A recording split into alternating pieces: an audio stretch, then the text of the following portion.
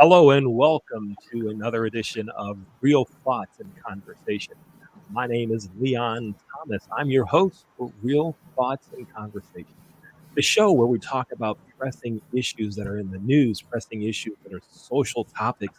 We do it right here on Real Thoughts Conversations, and we do it in a way that's civil so everyone's heard, everyone gets an opportunity to talk. We do it right here on Real Thoughts and Conversation. Let's talk about it.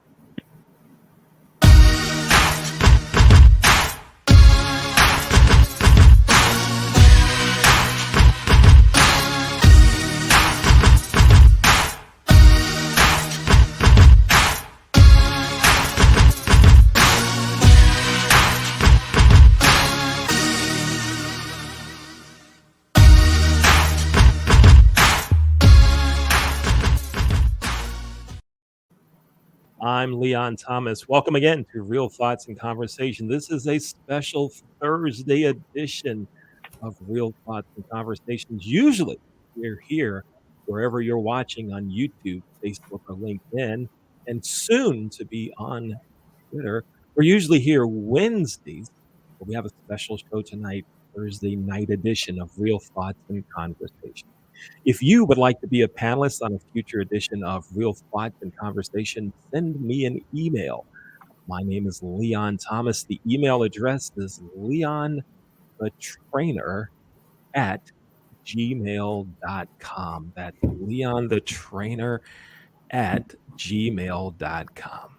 Tonight, we have a great panel, and we also have a really hot topic that we're going to talk about. The topic tonight, I'll just label it All Things Gruden, talking about former Las Vegas Raiders coach John Gruden, who resigned on Monday because of emails that he made that had homophobic and misogynistic comments. We're going to talk about it right here. Now, let's bring in our panel. Folks, when I call you out, just go ahead and tell us your name and tell us some things about you and introduce yourself to everyone that's here. Let's start with you, Cole. Go ahead. Hi, I'm Cole Brennan. I'm a Robert Morris University freshman. I'm a sport management major and also in the business program too. All right. Cole, great. Thank you for being a guest panelist on Real Thoughts and Conversation. Let's go to Sacha. Good morning, good afternoon, good evening, everyone. My name is Sacha Thompson. I am a diversity coach and consultant. I am the founder of The Equity Equation, which is a diversity coaching and consulting firm in the Washington, D.C. area. And really looking forward to this conversation tonight. All right, great, Sacha. It's great to have you here on Real Thoughts and Conversations. Thanks for being here. Let's go to Chris. Hi, Chris. Good evening and good evening to my fellow panelists. My name is Chris Adams. I am in the hospitality industry based out of Boca Raton, Florida. I've enjoyed 25 plus year career in hospitality, and also work with a small public relations firm. And we do a lot of work to brand, rebrand, and help individuals to be the best versions of themselves. All right. Thank you, Chris. Thanks for being a guest on Real Thoughts and Conversations. Tamar, go ahead. Tell us about yourself. Hi, my name is Tamar Wertz. I am a senior here at Centenary University. I am in the business program, also a sports management major. So if you have any jobs out there, I'm ready. I'm graduating in May and I'm ready to start working. I'm actually currently running and hosting our 11th annual sports management conference this year as well. All right, great. Thank you. Thanks for being here. Nick, it's great to have you. Go ahead. Tell us about yourself. Thanks so much for having me. I'm actually a freelance writer, mostly for business publications. I'm based in Ocala, Florida, which is sports country. And I actually was a sports reporter for Bloomberg News covering the NFL for 5 years. And I covered John Gruden from a distance. I was not a beat writer for the Bucs, but I did cover John Gruden, and I'm very happy to be here. Thank you. All right, great. So you see, we have a fairly diverse panel where we're going to talk about John Gruden. Sacha, let's start with you. So John Gruden coached the Tampa Bay Buccaneers some time ago, and then he went to work for ESPN, and now most recently coached the LA Raiders. I'm Mhm. sorry, the Las Vegas Vegas. Raiders. Yeah, they moved. All right, and then on then on Monday, he resigns. And what were your thoughts about what happened and his resignation and all? What's your take on this? What are your feelings? So it's interesting. I actually did a LinkedIn post about this because I'm a huge football fan. I'm a huge Baltimore Ravens fan. And the news came in during the Ravens game on Monday night. And at first, it didn't quite hit me what was happening because I had heard there was something about email, there was something about some racial issues that it had surfaced in the emails, but then more started coming out. And as I started to kind of put my work hat on and think about what was really happening, I couldn't help but think about who are the John Grudens that are in every organization in the world, right? In America. And so those were some of the things that I thought about because there was something about the years of emails that said, this is okay. Like there was no accountability. There was no stopping. It was a part of the culture that no one said anything about. And so that led me to think about who could speak up, or if anyone did speak up, would they be heard? Would they be listened to? Right. So it goes back into psychological safety. It goes into power dynamics. There was just so much to unpack in what transpired. And so for me, it really was, how is this a lesson? Yes, he resigned, right? Excuse me. But there were so many other people that were a part of that we're not hearing anything about. And so is he being scapegoated? And again, what does that say about the culture of the NFL, about, sports in general? And so, so those were some of the things that were just kind of going through my head on Monday night, and the fact that the Ravens won that game. Yeah. Now, I'm a Ravens fan also, and you talked about Monday night. We produce a sports show for a college student in Florida. She's a student at Warner University. Her name is Jasmine Pollock, and we did the show starting Monday at 8:30. And about 2 minutes after we closed the show, after we went off air, I went into the family room, and that's where I heard that Gruden had resigned. And so my first thought was, from a production perspective, was, man, if we'd have just stayed on another 3 minutes, we could have had the big break, of course, right? And then, you start thinking, as you did, the business things. So, Chris, let's talk with you. What were your thoughts when you heard about this? Frankly, my initial thought was there didn't seem to be much in the way of surprise when this came out. And I think the greater issue here is, how many other instances are we going to see where individuals, have written things from their heart, who have articulated, how they actually feel as an individual. And I think that, it's a sad state of affairs. It's not just him. I think, he is in the news now, and he's having to deal with the consequences of his actions. But I think it runs much deeper than just this situation. And I think that, I wasn't surprised. I wasn't surprised that this has come back into the limelight, because I just think that, we are missing opportunities to confront uncomfortable situations and uncomfortable instances. So, if anything good can come out of this, perhaps, we can have some honest, some consistent, and some uncomfortable dialogue as far as, what needs to happen, to change the hearts and minds of individuals. He did the right thing by resigning, but, frankly, I don't think he really had a choice. And so hopefully, there will be an opportunity for him to, look within and figure out what he needs to do as a human being, moving forward. Mm-hmm. Yeah. Nick, let's talk with you for a second. Now, Nick, you read Sacha's post as I did on LinkedIn, and I responded to a comment that you made. Tell everyone about that interaction that we had, I guess, early this morning. and that's how we kind of met each other. Go ahead and share with that it's nice to and meet your thoughts on it. Yeah, Sasha had made a very insightful comment, a post, and I definitely respect everything she said. And one thing that stood out to me about what she just said here, though, was she said we'd like to find the John Grudens in every organization, and I think it's important to keep a broad view of what that means. Here is a guy who famously woke up at 3:40 every morning when he was a coach and would put in Herculean days. He was known as a real grinder, the kind of guy who you would love to have in the trenches next to you, a great leader who was really doing everything he could to prepare his team for victory every week, which is what the league is about.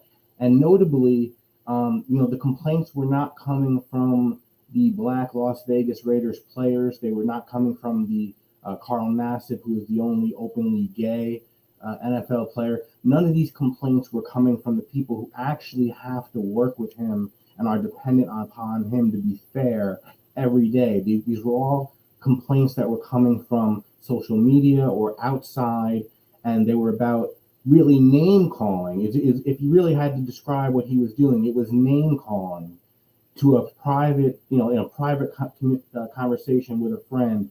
And I just wonder how many of us here would voluntarily publish 10 years of our private communications, and so that the world could pick over them. Do we really think on our worst days, on the days where we're most frustrated, on the days where we're having the hardest time, would there really be nothing that would disqualify us from further employment? And if I could just make one last point, I actually don't agree with the previous comment that the only thing he could do was resign. What I would like to see happen here is, this is America, this is a democracy. We believe in voting on things. Why not have a vote of the players? Why not? There are many, many Black players on the team. There is the only openly gay player. Let them all talk about this in private and let them take a vote. If John Gruden is their guy, if he's the guy they want to rally behind, let them decide. Who are we to decide based just purely on private conversations? That's my thought. Okay. Now we're going to give Chris and Sacha an opportunity to respond to those later after we hear from Tamar and Cole. Now, Nick, one of the things that I heard on 105.7 The Fan, one of the sports talk show stations in Baltimore near where I live, one of the things that they talked about was, why did he do it through his email? Why wasn't this a phone call? That way no one knows about it, as if to say, well, it was okay to do, kind of not okay to do, but he shouldn't have done it through that medium. Go ahead. Yeah, go ahead. Well, I think that's sad, though, isn't it? That the conversation is more, why did he choose to be honest in a way that would last, that would endure, rather than in a way that would be fleeting and forgotten? And I think that's sad, isn't it? Yeah. And I just think we should want a guy, a passionate person like John Gruden on our team, someone who's willing to work that hard. We should want them on our team. All right. Tamar, let's talk with you. A university student at Centenary University in New Jersey. Tamar, when you heard about this on Monday and you're a sport management major, I'd like you to comment on two levels. First, what did you think about what went on? And secondly, what about your classmates and in any of your courses, any of your professors? Did you talk about this in your sport management and other classes? And also, again, what were your thoughts about this whole thing? Well, thank you for having me on the show. When I first heard about it, we brought it up in class, and my Professor David Perricone, had told us, what would we do in Roger Goodell's position? And when coming to answer that question, I raised my hand and I said he originally should just be fined, because this was before we understood all the rest of the emails. This is just about the first email, 2011. And so after saying that, I had another classmate speak up and say that nothing should happen because it was over 10 years ago. But then that came into a later debate, which he contradicted himself, because Perricone said well, what if it happened yesterday? He said it would still be okay. And that turned into a whole other thing. But when it came to my personal viewpoints on it, I just thought that it was, it, although it was name calling, the position that he's in as an NFL analyst prior to being an NFL coach, it was one of those things that one of those positions that even though you have personal opinions, that should stay a personal matter. When you bring it onto emails regarding the previous Washington football team owner, now it becomes a bigger deal. Now it becomes more so it is allowed for the public to see because you're in that limelight, you're in that spotlight. And so when I saw that, I immediately thought, this is bad. I don't know what's going to happen, but I think he deserves a fine. And then come Monday night, we realized that all the emails from relating back to 2011 all the way up to 2018, or 2010 all the way up to 2018, and now you have a list of emails like that, now becomes a bigger deal because, like, he has openly gay players on his team. And so to sit there and make such comments and then wait for it to come out and then apologize on it, it just made it seem like it wasn't a sincere apology.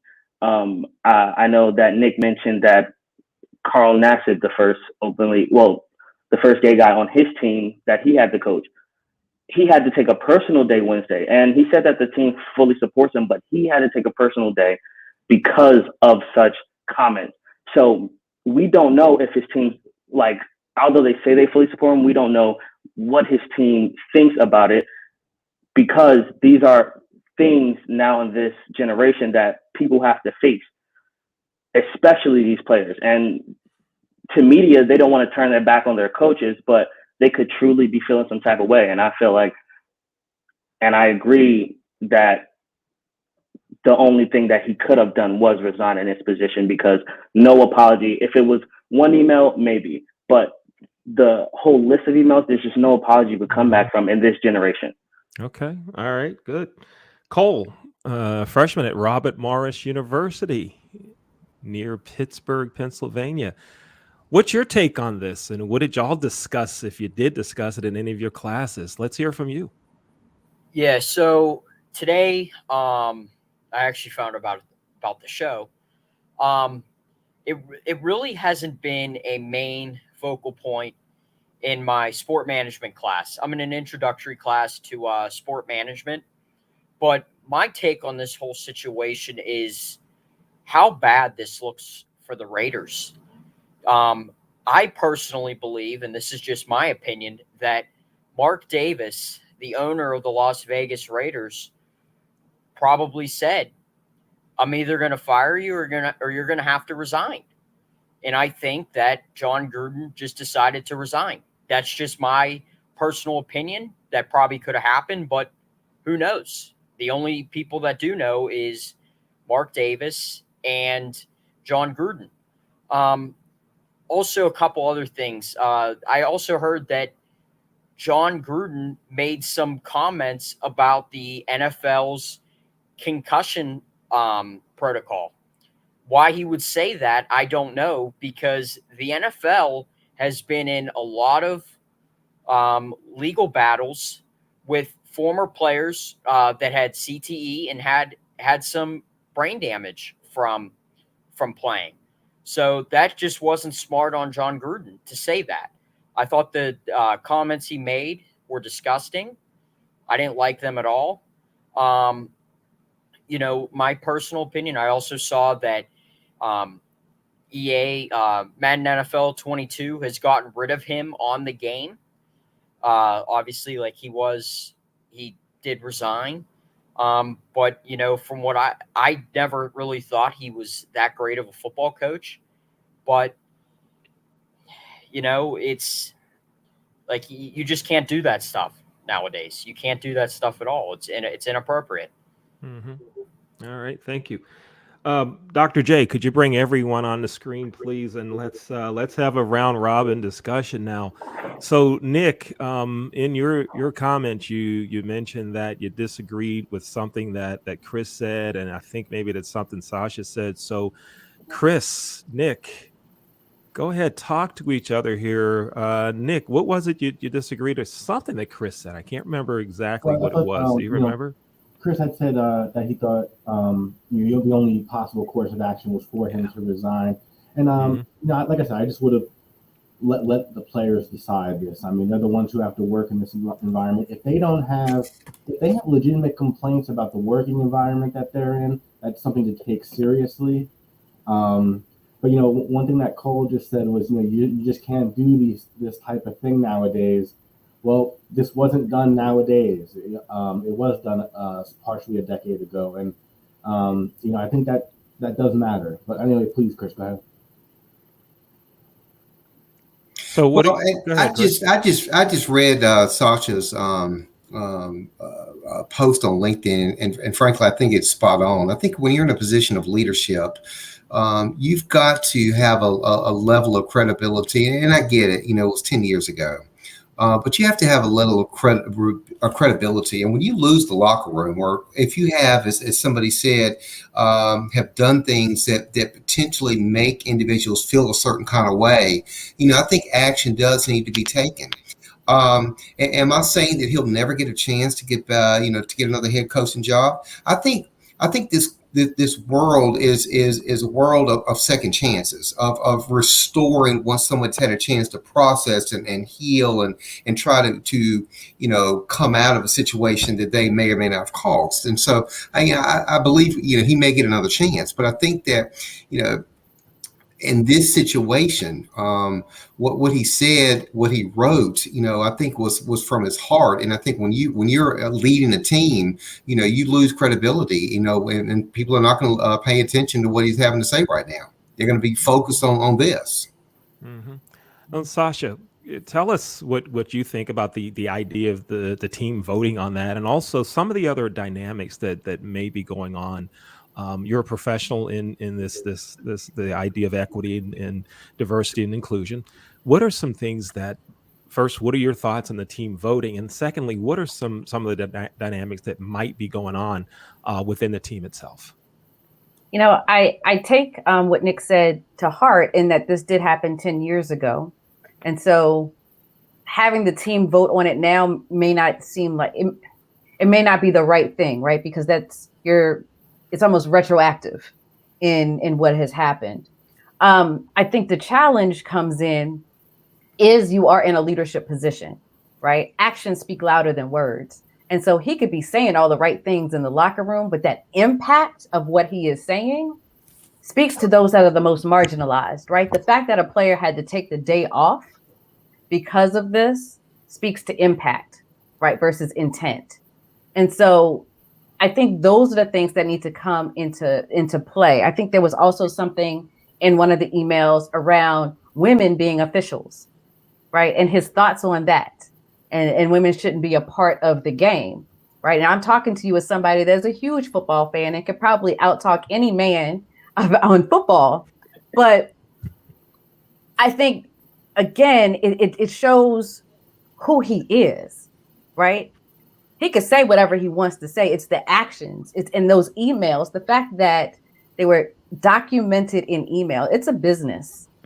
If you're going to have a private conversation, I think that's a phone call, a text, not even a text message, because that stuff doesn't go away, right? So now we're talking about, okay, this is the generational differences that we're talking about, because folks know, I'm not going to put that in email, or if I'm going to put it in email, it's going to be worded in such a way that nobody is going to be able to catch me saying something that's inappropriate, right?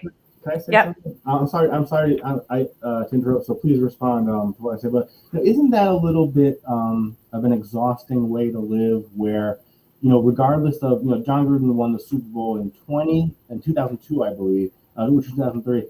And in 20 years or more of just incredibly hard work, the 12-hour days, building credibility, leading men, trying to achieve things, suffering heartbreaking defeats, wonderful triumphs, 20 years, and yet you're always living right on a knife's edge, one comment away, one bad email away from potentially throwing it all away.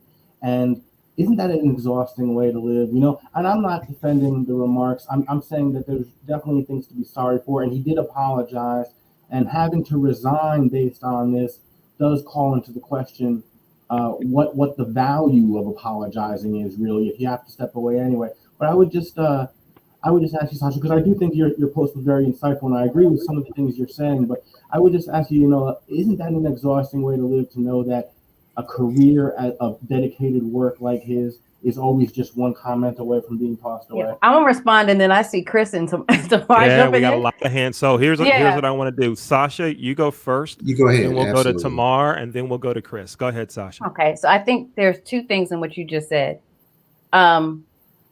Yes, it's exhausting. However, think about the folks that are the most marginalized when he has a position of power, knowing that that's how he thinks, right? So you have to do your job and know that you're dealing with somebody that has a position of power that thinks about you in that way, that won't say it. But nobody's right? complaining about the workplace, though. And that's really what this is about. This is a private conversation between two people. He had no reason to think that this was going to get out. And if no one was complaining about the workplace, isn't that that's what's important? I'm sorry. But how does it manifest? Tamar, what's your take on this, Tamar? Yeah. Just listening to you guys talk, it's actually fantastic. But it's kind of comparable to like asking someone's kids to vote on whether or not their dad should be fired from their job.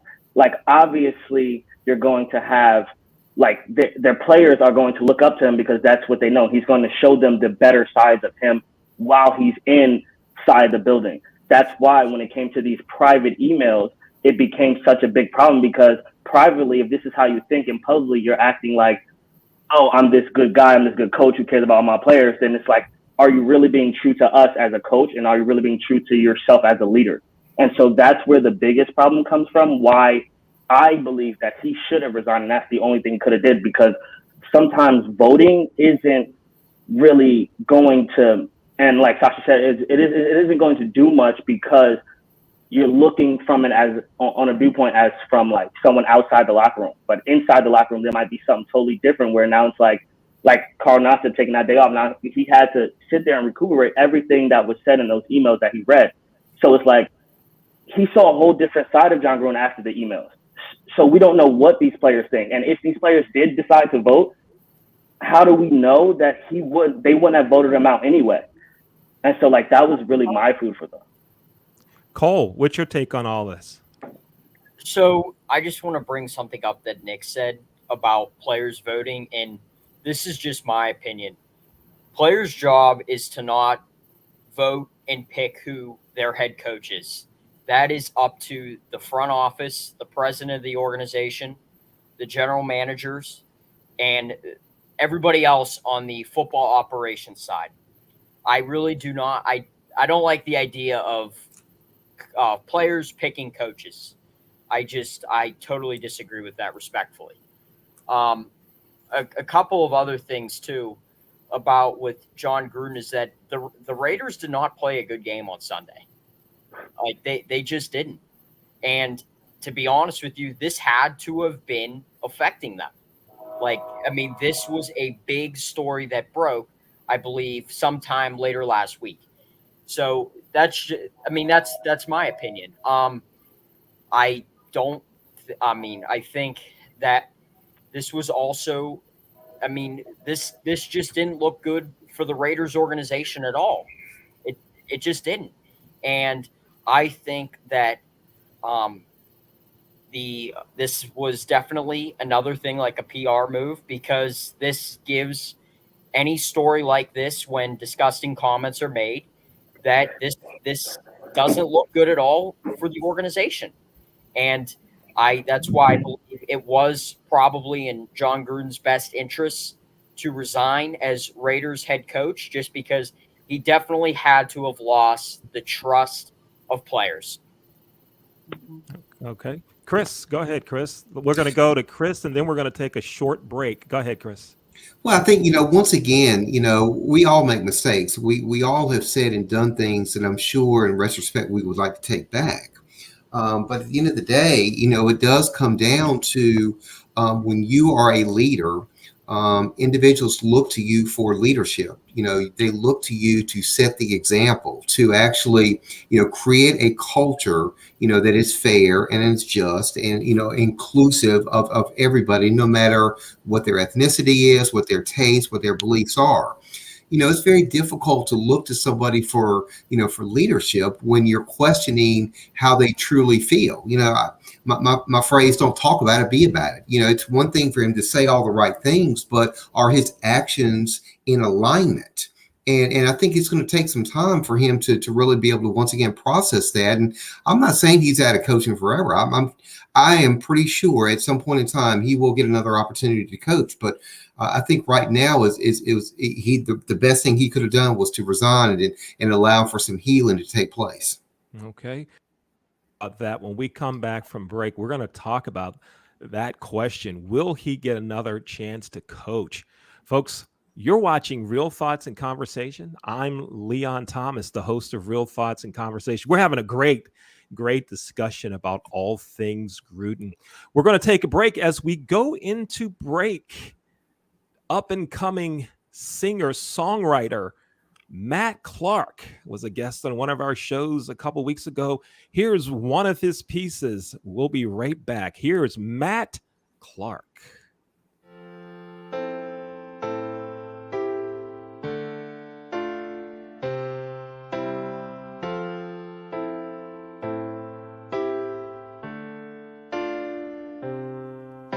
I've seen that look inside of your eyes one too many times. I'm working hard to make things better. I just wanna see us together. I know it's difficult that we see so different and it shows, but I need you now, even though we're worn down. You in my arms, you're breaking my heart, 'cause you know that I lied from the start and it may cause you pain, yeah. But I'm hoping you'll give me time to change. You and I, we mean too much to walk away or give this up. So I'm praying you'll stay the night and let me hold you tight.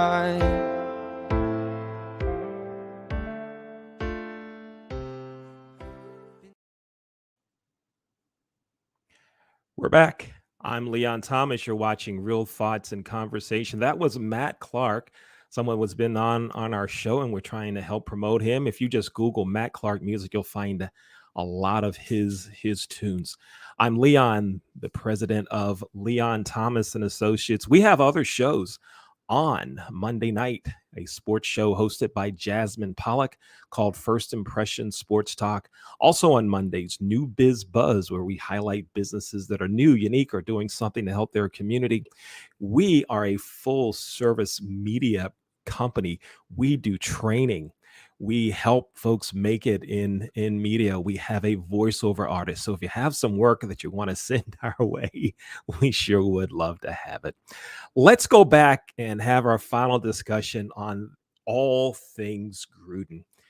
Here's the question that I'm going to pose now, and it's going to be two questions, and I'll give everyone, let's say, about a minute 30 seconds to answer. Will John Gruden be back in coaching at any time, not just next year, but at any time? Will he coach again? And the second one is, what are some of the tentacles that this has in other parts of our society and in other areas of business? How will folks start looking at this? Nick, let's go to you first. Thanks so much. Again, I really appreciate being here. I think he will coach again. I think he's just too talented and hardworking a coach. He is the type of coach that can turn a contender into a champion, as we saw in Tampa Bay. And I think his work ethic and his knowledge is just so outstanding that he deserves another chance to be a coach. Where I would caution people who are very, I would say sensitive to the language being used is I think this hurts the nation politically in a very divisive way. I consider myself a very progressive person. I donated to Senator Warren's campaign for president.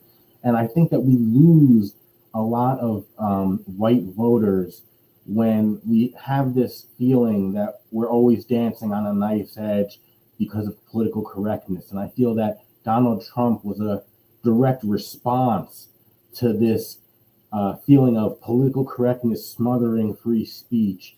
And the idea that a man with children, with a family who has dedicated his whole life to this would potentially lose his career over private emails that do amount to name calling. We may seek to dress it up, but that really is what we're talking about. I find very disturbing, and I think it's extremely off-putting to a large swath of the country.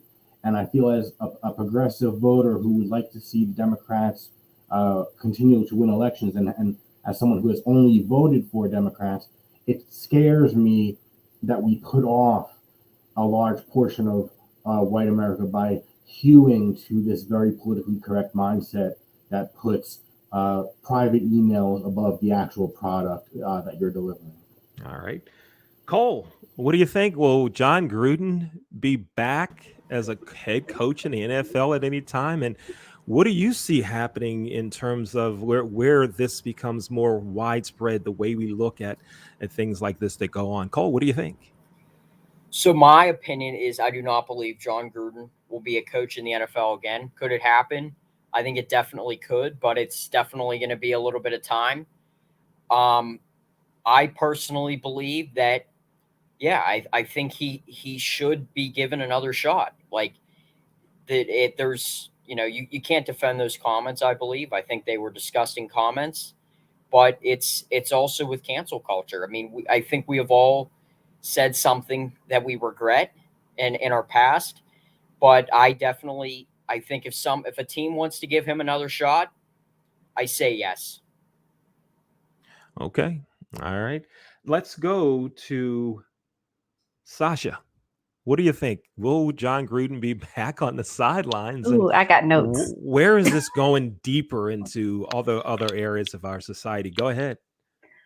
I think he will probably end up down the line, not as a head coach, but probably as an assistant coach somewhere, because of that mentality of, but he has good talent.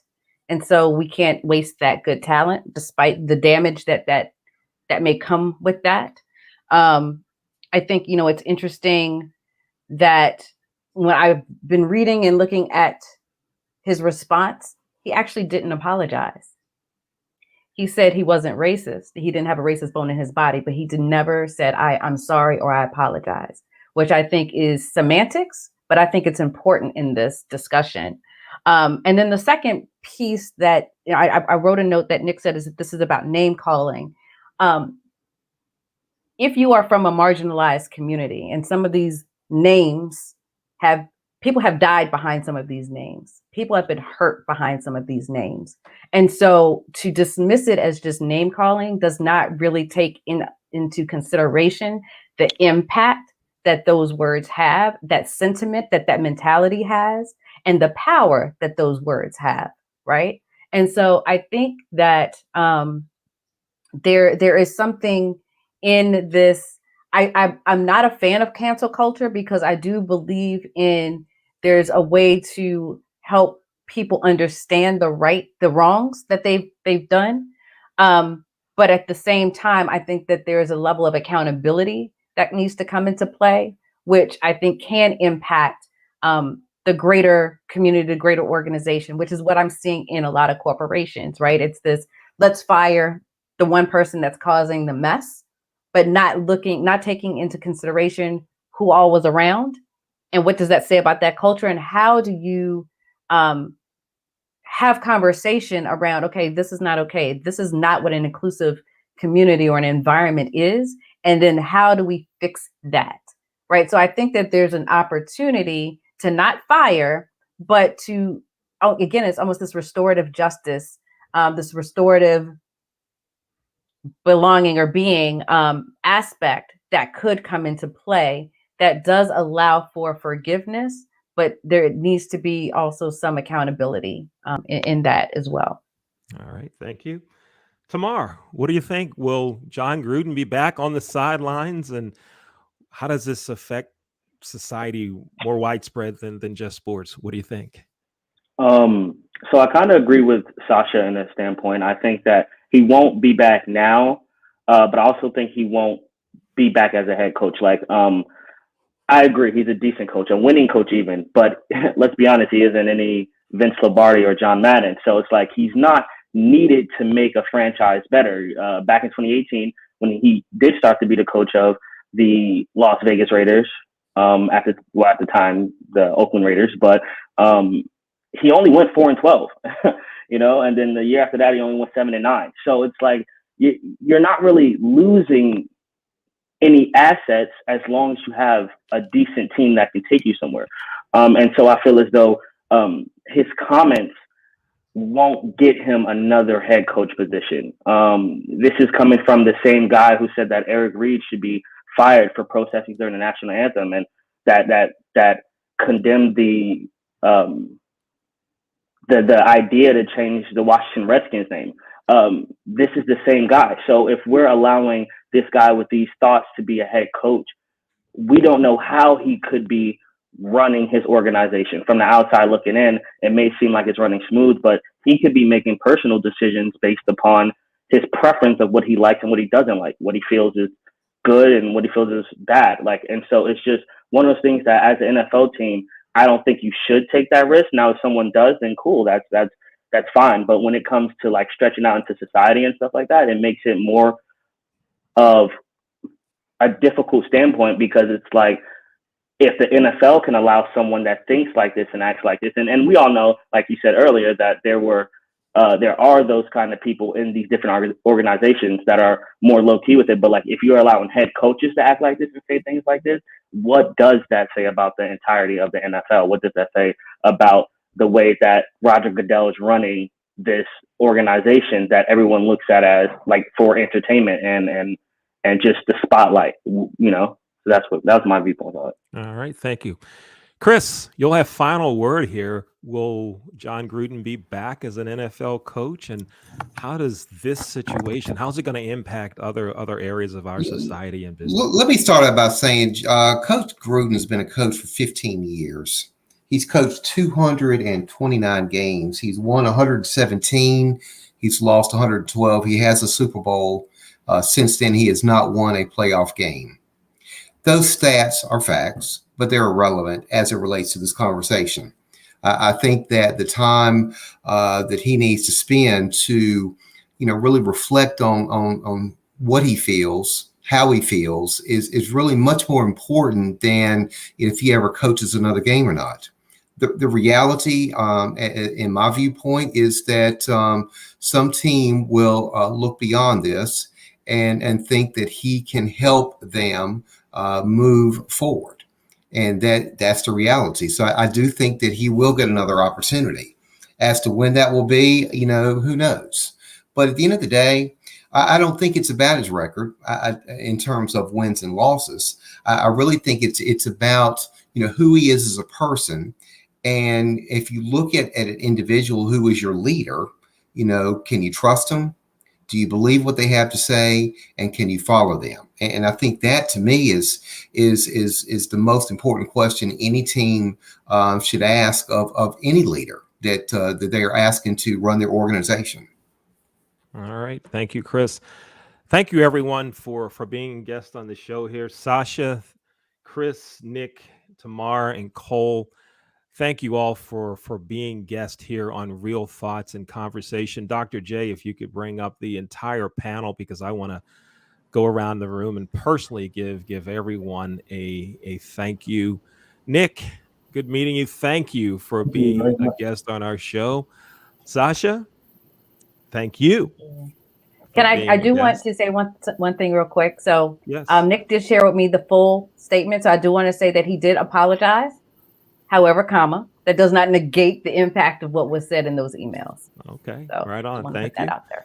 Good deal. Thank you. Tamar, thank you. And again, folks, Tamar is a senior. He's looking for a job. So if you want his contact information, contact me and I'll put you in touch with him, as long as he promises to pay me 50% of his salary. Okay, good. We're good. Right, so everything's working.